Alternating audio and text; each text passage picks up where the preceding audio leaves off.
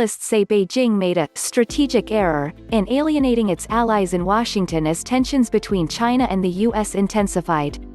Last week, the conflict between the world's two biggest powers came to a head as both ordered the other to shut down their respective consulates.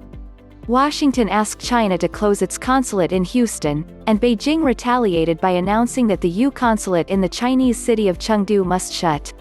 China has no more allies in Washington, even among the Democrats, analysts pointed out during a virtual conference organized by Singapore-based bank DBS on Thursday. Robert Kaplan, senior advisor at Eurasia Group, said the U was comfortable with China's system, which was enlightened, benign, collegial, technocratic authoritarianism, but it has since evolved into a one-man personality, repressive kind of regime.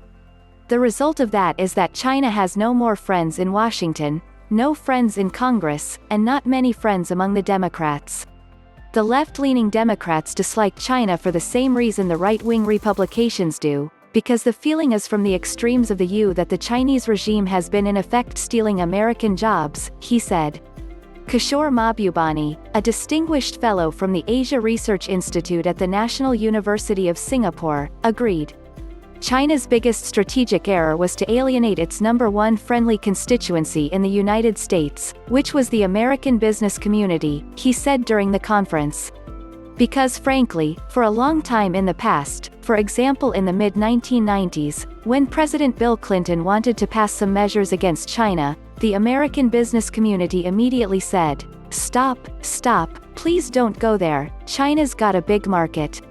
They were always the one force that would prevent any major downturn in U.S.-China relations. But what's significant is that when President Trump finally launched his trade war against China, no one spoke up, he added. Tensions between both countries have been running high this year, as they squabble over various issues, including the origins of the coronavirus outbreak and China's claims of ownership in the South China Sea.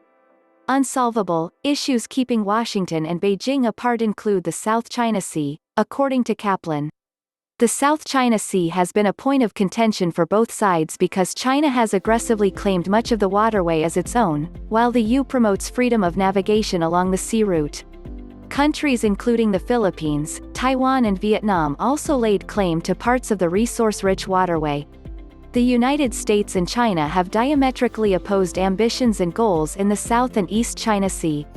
For China, the South China Sea is absolutely critical to control in order to allow China easy access to its growing Indian Ocean maritime empire.